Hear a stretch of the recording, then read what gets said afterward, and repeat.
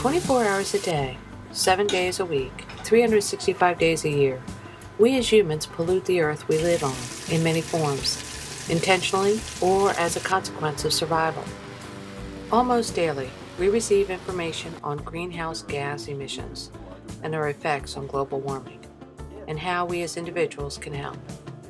However, we do not hear much about climate change policies that developed and developing nations with transnational corporations are facing today. A new book by Professor Edith Schroeder entitled The Corporate Greenhouse: Climate Change Policy in a Globalizing World tackles these issues. 1997-98 is the start of the Kyoto Protocol, the first large climate change policy initiative undertaken by the United Nations as part of the United Nations Framework Convention on Climate Change.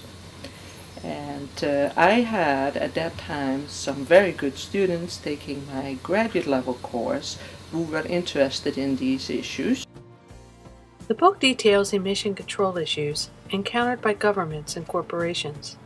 Dr. Schroeder acknowledges that international emission reduction commitments have little effect in a global economy that is driven by intense competition and organized around transnational corporations. On a global scale, a multi-government initiative, which led to the Kyoto Climate Change Conference, was an effort to establish a legally binding international agreement to reduce greenhouse gas emissions and tackle the complex issue of global warming. Globalization, a term we often use to suggest different regions of the world are so much more connected.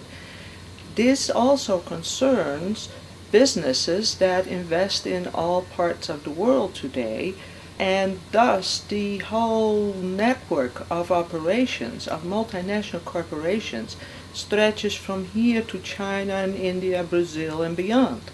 We know that multinational corporations have an incredible power in terms of deciding where employment from industrial development occurs and where the important economic decisions are made. And these are usually more often in the boardrooms of major corporations than in government offices in Washington or in Brussels.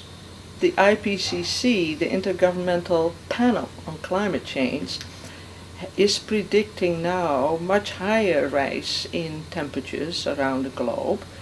So we are under a good deal of pressure to indeed succeed in finding an effective policy to deal with greenhouse gases. We need to be aware of all the sources that contribute to the total greenhouse gas emissions pool in the atmosphere, to become aware of where we can help in the effort to reduce these emissions. We really need to work on all fronts in order to get some ultimate results.